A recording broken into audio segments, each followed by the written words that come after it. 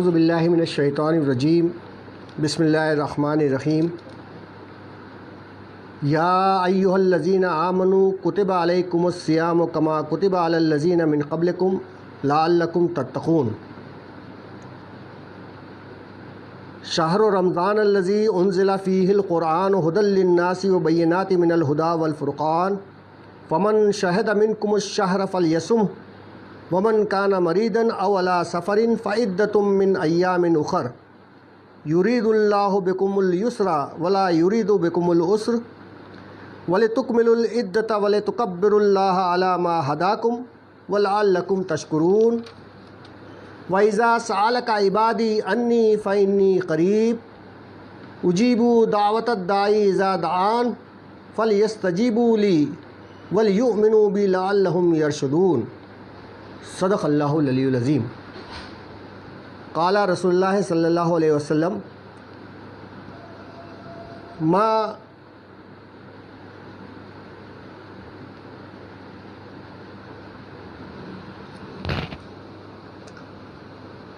من صام رمضان ایمانا و احتسابا غفر له ما تقدم من ذنبه او کما قال۔ محترم رفقائے کرام، السلام علیکم ورحمۃ اللہ وبرکاتہ۔ ابھی میں نے قرآن کریم کی سورہ بقرہ کی 186 اور 87 آیات میں سے کچھ حصہ تلاوت کیا۔ اس کا ترجمہ اس طرح سے ہے: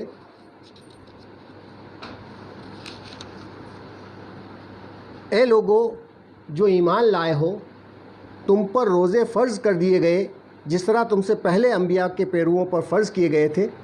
اس سے توقع ہے کہ تم میں تقویٰ کی صفت پیدا ہو۔ پھر آگے کہا گیا کہ رمضان وہ مہینہ ہے جس میں قرآن نازل کیا گیا، جو انسانوں کے لیے سراسر ہدایت ہے اور ایسی واضح تعلیمات پر مشتمل ہے جو راہ راست دکھانے والی اور حق و باطل کا فرق کھول کر رکھ دینے والی ہے۔ لہٰذا اب جو شخص اس مہینے کو پائے اس کو لازم ہے کہ اس پورے مہینے کے روزے رکھے، اور جو کوئی مریض ہو یا سفر پر ہو تو وہ دوسرے دنوں میں روزوں کی تعداد پوری کرے۔ اللہ تمہارے ساتھ نرمی کرنا چاہتا ہے، سختی کرنا نہیں چاہتا، اس لیے یہ طریقہ تمہیں بتایا جا رہا ہے تاکہ تم روزوں کی تعداد پوری کر سکو۔ اور جس ہدایت سے اللہ نے تمہیں سرفراز کیا ہے اس پر اللہ کی کبریائی کا اظہار کرو اور شکر گزار بنو۔ اور اے نبی، میرے بندے اگر تم سے میرے متعلق پوچھیں تو انہیں بتا دو کہ میں ان سے قریب ہی ہوں۔ پکارنے والا جب مجھے پکارتا ہے میں اس کی پکار سنتا ہوں اور جواب دیتا ہوں۔ جس حدیث کو میں نے آپ کے سامنے جس کا ایک حصہ پڑھ کر سنایا، اس حدیث کا مفہوم یہ ہے کہ جس نے رمضان کے روزے رکھے ایمان اور احتساب کے ساتھ، اس کے تمام پچھلے گناہ معاف کر دیے گئے۔ اور فرمایا کہ جس نے رمضان میں قیام لیل کیا ایمان و احتساب کے ساتھ، اس کے پچھلے تمام گناہ معاف کر دیے گئے۔ محترم حضرات، سب سے پہلے تو اللہ تعالیٰ کا شکر و احسان کہ اس نے ہمیں رمضان کی ان بابرکت سعادتوں اور اس کی رحمتوں اور برکتوں کی برسات سے مستفید ہونے کا موقع عطا فرمایا۔ ہم میں سے کتنے لوگ ایسے تھے کہ جو گزشتہ سال تھے اس رمضان کی برکتیں اٹھانے کے لیے، لیکن اس سال ہمارے درمیان موجود نہیں ہیں۔ اللہ تعالیٰ نے ہمیں یہ موقع دیا ہے کہ ہم اس رمضان کی بابرکت ساعتوں سے فائدہ اٹھا سکیں، اور یہ رمضان کی برسات مسلسل اس کی رحمتوں و برکتوں کی ہم پر برس رہی ہے۔ اور ہم میں سے ہر شخص اس کوشش میں لگا ہے اپنی بساط، اپنی طاقت کے مطابق کہ رمضان کی رحمتوں و برکتوں کو اپنے دامن میں سمیٹ لے، زیادہ سے زیادہ یہ رحمتیں اور برکتیں اپنے دامن میں سمیٹ لے، تاکہ وہ اس زندگی کے لیے بھی اور آخرت کے لیے بھی اس کے نجات کا ذریعہ بن سکے۔ محترم حضرات، اس سال کا جو یہ رمضان مبارک کا مہینہ ہے، یہ 2020 کا یا 1441 ہجری کا جو رمضان کا مہینہ ہے، یہ ایک عجیب اور انوکھا مہینہ ہے۔ یہ وہ مہینہ ہمارے پاس آیا ہے کہ جس میں اللہ تعالیٰ نے اس رمضان کی برکتوں سے فائدہ اٹھانے کے لیے ہمیں خاص موقع عنایت فرمایا ہے، ایک خاص ماحول بنا دیا ہے جس سے ہم رمضان کے مقصد کو پوری طرح سے حاصل کر سکیں۔ جیسا کہ آپ جانتے ہوں گے کہ یہ ایک مقولہ ہے کہ ہر برائی میں ایک اچھائی پوشیدہ ہوتی ہے. تو یہ کرونا نامی جو ایک مہاماری اور بیماری پھیلی ہوئی ہے، اس ایک خطرناک بیماری اور اس شر کے اندر بھی یہ ایک بہت بڑا خیر پوشیدہ ہے کہ اللہ تعالیٰ نے اس مہاماری کے ذریعے سے ہمیں یہ موقع عنایت فرمایا کہ ہم دنیا کی تمام مصروفیات سے اپنے آپ کو فارغ کر کے اللہ کی عبادت کے ساتھ جڑ سکیں اور رمضان کی برکتوں سے فائدہ اٹھا سکیں، اور رمضان میں جو روزے کا مقصد اللہ تعالیٰ نے متعین کیا ہے اس مقصد کو کما حقہ حاصل کرنے کی کوشش کر سکیں. یہ موقع اللہ تعالیٰ نے اپنی طرف سے خاص عنایت فرمایا.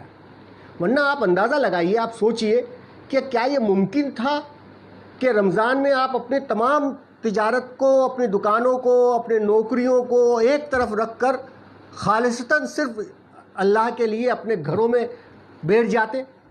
کیا یہ ممکن تھا؟ کبھی یہ ممکن نہیں تھا. انسان کا ذہن اتنا دنیا میں رچا بسا ہے کہ ممکن نہیں ہے کہ وہ یہ اس دنیا سے ایک مہینے کے لیے اپنے آپ کو الگ کر سکے اور فارغ کر سکے. یہ ممکن نہیں ہے.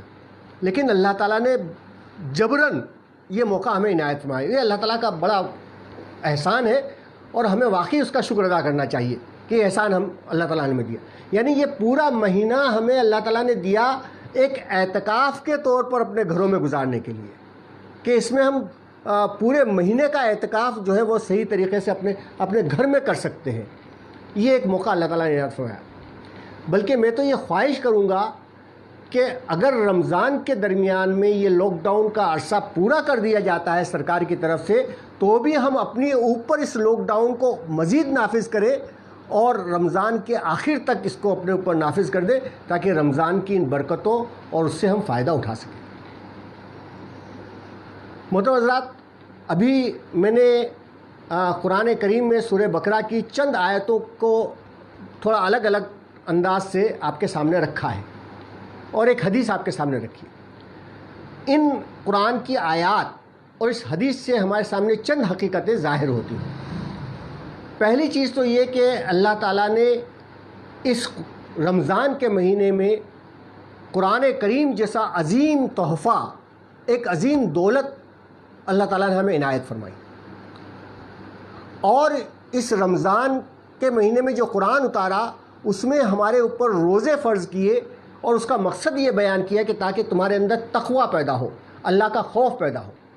اور پھر یہ بات بتائی کہ اللہ تعالیٰ نے جو ہدایت کا تحفہ ہے، عظیم الشان ہدایت تمہیں عطا کی ہے، اس پر تم اللہ کا شکر ادا کرو اور اللہ کی کبریائی کا اعلان کرو.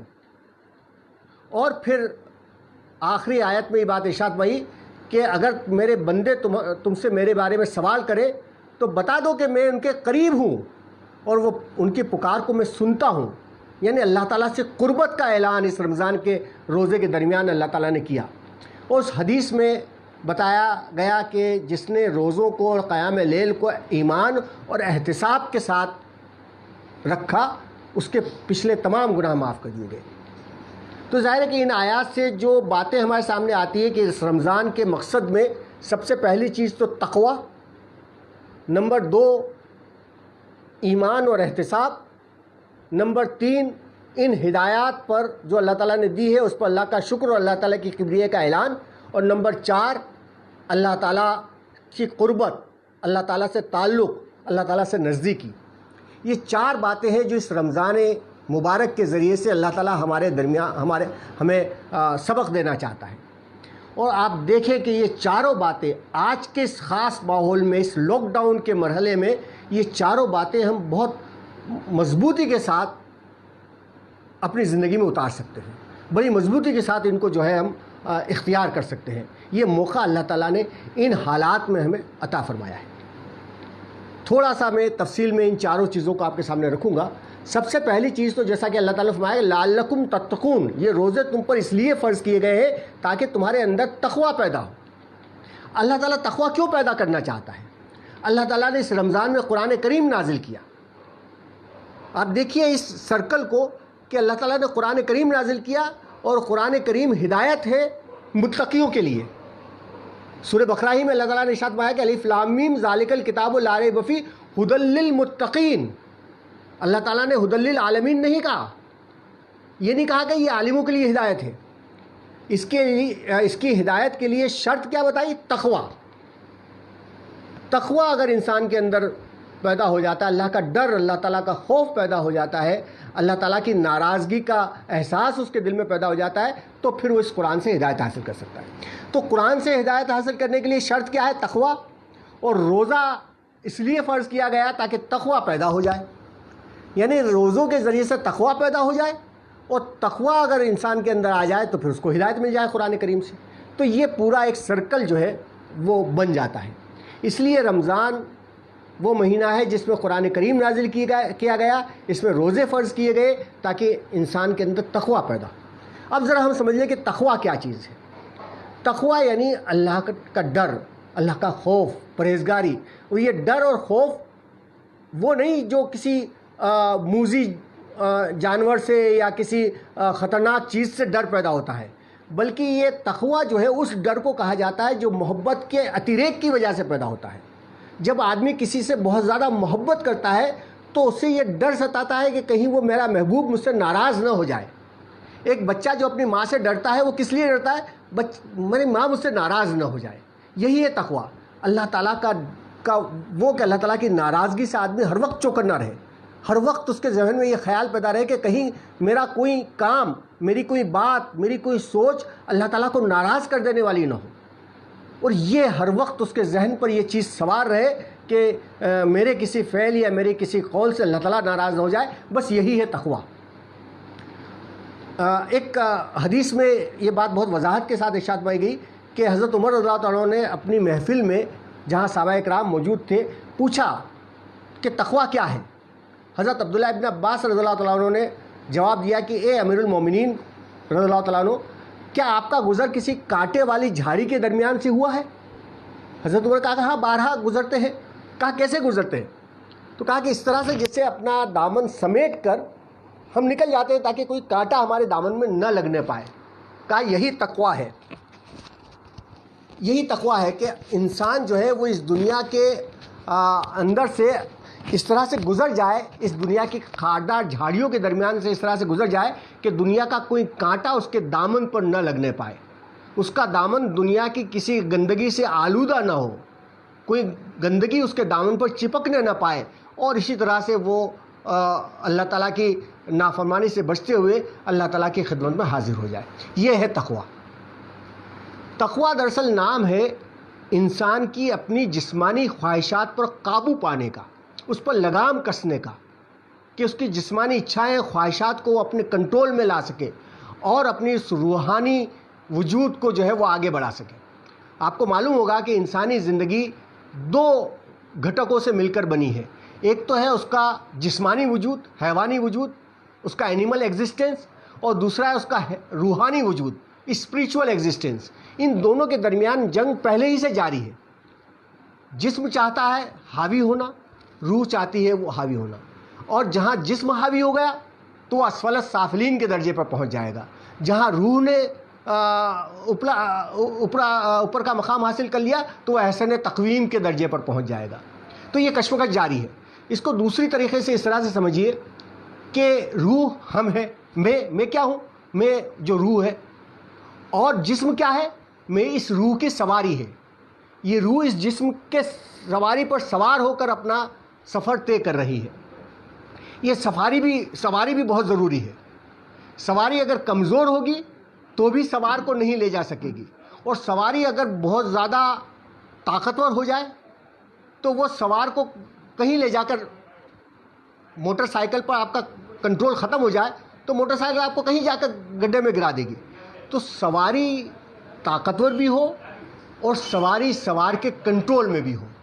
یہی چیز ہے جو تقوی ہے، کہ ہمارا نفس جو ہے، ہماری روح جو ہے، ہماری اس جسم پر حاوی رہے، جسم کو اپنے کنٹرول میں رہے. روزہ اس لیے کیا گیا تاکہ ہم جسم پر لگام کر سکیں. روزے کے ذریعے سے جسم کو کمزور کرنا مقصد نہیں ہے. اور یہی وجہ ہے کہ اسلام میں جو روزے ہیں وہ روزے دوسرے دھرموں کی طرح نہیں ہے کہ کئی دنوں تک نہیں کھاتے پیتے ہیں. ہمارے جین بھائی کئی دنوں تک کہ اپنے جسم کو گلا دیتے ہیں. تو جسم کو کی سواری کو نقصان پہنچانا یا کمزور کرنا بھی مقصد نہیں ہے، لیکن اس کو اپنے ٹیم کرنا، جسے کہتے ہیں پالتو بنانا، جسم کی سواری کو پالتو بنانا، اپنے قبضے میں کرنا، یہ ہے تقویٰ۔ اس رمضان مبارک کے مہینے میں یہ تقویٰ اللہ تعالیٰ حاصل کروانا چاہتا ہے۔ اب اس سلسلے میں ایک بات یہ رہے کہ رمضان میں روزہ رکھ کر کس طرح سے ہم اپنے جسم کی خواہشات پر قابو پاتے ہیں کہ بھوک لگ رہی ہے، پیاس لگ رہی ہے، ساری چیزیں موجود ہیں، لیکن نہیں، ہم اپنے جسم کو قابو میں رکھ رہے ہیں کہ ہم بھوک اور پیاس کو، کہ اللہ تعالیٰ نے نہیں کہا ہے تو نہیں کھا رہے، اور اللہ تعالیٰ نے کہا ہے کہ کھا لو تو ایک لمحے کی دیر کیے بغیر کھا لیتے ہیں۔ یہ ہے اپنے جسم کو قابو۔ اور اس ماحول میں جو آج کا ماحول ہے، اس میں یہ کام اور زیادہ مشکل ہے اور اس کی ٹریننگ اور زیادہ سخت ہے، کیونکہ عام دنوں میں تو کیا ہوتا ہے، ہم اپنے کام دھندے میں ہوتے ہیں، اپنی دکانوں پر ہوتے ہیں اور وقت نکل جاتا ہے، صبح چلے جاتے ہیں، مغرب کے وقت آتے ہیں، سارا وقت ہماری مصروفیات میں نکل جاتا ہے، ہمیں بھوک و پیاس کا خیال نہیں ہوتا۔ لیکن یہاں تو ابھی ہمیں پورے دن گھر پر رہنا ہے، گھر والوں کے درمیان رہنا ہے۔ ایسے وقت میں ہماری بھوک و پیاس اور ساری چیزیں زیادہ شدت سے ہمیں ستائیں گی۔ ایسے وقت میں یہ نفس پر کنٹرول زیادہ معنی رکھے گا، اور یہ تربیت اگر ہوگی کہ گھر میں رہتے ہوئے ہم ان تمام اس سے اپنے آپ کو وہ کر لیتے، تو یہ زیادہ تقوی کا ذریعہ بنے گا۔ تو ان حالات میں یہ ہمارے لیے اور زیادہ کام کی چیز بن گئی ہے کہ ہم یہ کر سکیں۔ تو یہ تقویٰ ہے جو اللہ تعالیٰ ہم پیدا کرنا چاہتا ہے۔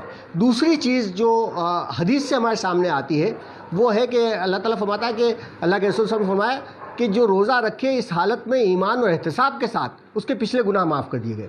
تو ایمان اور احتساب، یہ احتساب اپنے اندر جھانکنا، انٹروسپیکشن، اپنے اندر جھانک کر دیکھنا کہ کہاں میں غلطی کر رہا ہوں، کہاں میرے اندر کمزوریاں ہیں۔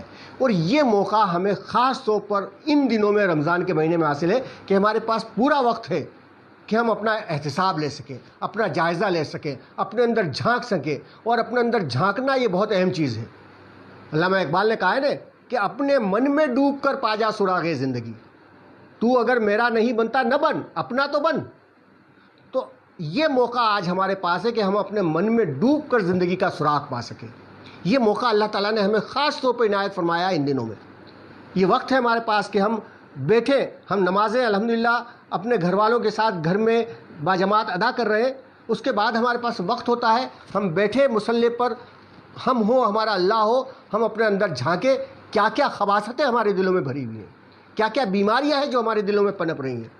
اکثر ہم اپنے دلوں میں جھانکنے کا ہمیں موقع نہیں ملتا، ہمیں پتہ ہی نہیں چلتا کہ ہمارے دلوں میں کیا کیا خرابیاں بھری ہوئی ہیں۔ اور یہ ہوتا بھی ہے، آپ لوگ جانتے ہوں گے کہ جب کسی گھر میں بہت دنوں تک بند پڑا رہے تو گھر کے اندر جالے لگ جاتے ہیں، دھول بچ جاتی ہے۔ تو اگر ہم اپنے دلوں میں زیادہ جھانکیں نہیں تو دلوں کے اندر جالے پڑ جاتے ہیں، دلوں کے اندر گرد جم جاتی ہے، اور ہمیں پتہ نہیں چلتا کہ کیا کیا خرابیاں ہیں جو ہمارے دلوں میں پنپ رہی ہیں، اور پھر بہت دیر ہو چکی ہوتی ہے، پھر ان خرابیوں کو ہم نکالنا بھی چاہیں تو نہیں نکال سکتے۔ تو یہ ضروری ہے کہ ہم بار بار جھانکیں اپنے دل کے اندر، کیا بیماریاں پال رکھی ہیں، کیا انا ہے، کیا تکبر ہے، کیا دنیا کا لالچ ہے، کیا موت کا خوف ہے، کیا دوسروں کے ساتھ بدگمانیاں ہیں، اور کیا یہ سارے ایسی خرابیاں ہمارے اندر بھری ہوئی ہیں کہ اگر ہم یہ بیماریاں باہر دیکھ لیں تو گن آنے لگے۔ وہ بیماریاں ہم نے اپنے دلوں میں پال رکھی ہے۔ یہ موقع اللہ تعالیٰ نے ہمیں عنایت فرمایا ہے کہ ہم اپنے دلوں میں جھانک سکیں، ان بیماریوں کو اپنے دلوں سے نکال سکیں۔ ہمارے ایک بزرگ امیر حلقہ مدھیہ پردیش مولانا انعام الرحمان خان صاحب فرماتے تھے کہ آدمی کو اپنی گھات میں خود بیٹھ جانا چاہیے۔ جس طرح سے شکاری جو ہے وہ شکار کے لیے گھات میں بیٹھ جاتا ہے چھپ کر کہ کہاں شکار آئے لپک پڑے، تو ہمیں اپنی شکار میں بیٹھ جانا ہے کہ کہاں میرے اندر غلطی آئے، کہاں میرے اندر کوئی کمزوری آئے، کہاں میرے اندر کوئی خرابی پیدا ہو، اور میں اس کو کھینچ کر نوچ کر نکالوں اپنے اندر سے۔ یہ بہت ضروری ہے، ورنہ ہم میں سے اکثر لوگ، بڑے لوگ ہمارے جو لوگوں کی اصلاح کرنے کے لیے اٹھتے ہیں لیکن دلوں کے اندر خباثتیں بھری ہوتی ہیں۔ اللہ تعالیٰ واقعی ہمیں یہ توفیق عطا فرمائے کہ ہم اپنے دلوں کے اندر جھانک سکیں اور اپنے دلوں کی ان گندگیوں اور کمزوریوں کو نکال سکیں۔ پھر اللہ تعالیٰ فرماتا ہے کہ میرے بندے اگر پوچھیں میرے بارے میں، سوال کریں تو کہو کہ میں تو قریب ہوں۔ اللہ تعالیٰ ہم سے بہت قریب ہے، ہم نے اللہ کو اپنے سے دور کر لیا ہے، ورنہ اللہ تعالیٰ تو ہماری شہ رگ سے ہم سے قریب ہے۔ ہم نے اپنے آپ کو دور کر لیا، ہم نے اپنے آپ کو بازاروں میں الجھا دیا، ہم نے اپنے آپ کو جو ہے وہ دنیا کے تمام دھندوں میں الجھا دیا، ہم نے اپنے آپ کو پتہ نہیں کہاں الجھا دیا، ورنہ اللہ تعالیٰ تو ہم سے بہت قریب ہے۔ ذرا ہم دیکھیں کہ جتنا زیادہ جو آدمی گنہگار ہوتا ہے اتنا ہی اللہ تعالیٰ اس کی طرف متوجہ ہوتا ہے۔ قرآن میں جو یہ بات کہی گئی نا کہ اجیب دعوت الداعی اذا دعان، دعوت دعا کہا گیا لفظ، دعا کا مطلب ہوتا ہے کہ جو بندہ ایک بار اللہ کو پکارتا ہے اللہ تعالیٰ اس کی پکار سنتا ہے۔ ایسا نہیں کہ جو بار بار پکار رہا ہے اس کی پکار تو اللہ تعالیٰ سنتا ہی ہے، لیکن جو ایک بار پکارتا ہے اللہ تعالیٰ کو، زندگی میں ایک بار پکارا، تو ظاہر ہے کہ زندگی میں ایک بار جب پکارا تو اس نے اس بات کا احساس ہوا کہ ہاں میرا اللہ ہے جو سننے والا ہے، اور میں گنہگار ہوں، میں اس کو پکار رہا ہوں۔ اللہ تعالیٰ بہت رحم کے ساتھ اس کی طرف متوجہ ہوتا ہے۔ جتنا گنہگار آدمی ہوتا ہے اتنا اللہ تعالیٰ اس کی طرف متوجہ ہوتا ہے۔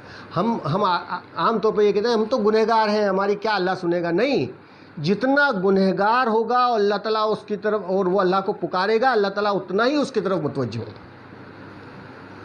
ہم جیسے گنہگار لوگ، ہم جیسے جو ہے وہ نافرمان لوگ، اگر ہم واقعی اللہ تعالیٰ کی طرف پلٹ آئیں، اللہ تعالیٰ کو پکار لیں، تو اللہ تعالیٰ تو ہمیں نوازنے کے لیے، ہماری پکار سننے کے لیے تلا بیٹھا ہے، جیسے کہنا چاہیے، وہ تو تیار بیٹھا ہے کہ کہاں بندہ اس کو پکارے اور وہ اس کی پکار پر لبیک کہے۔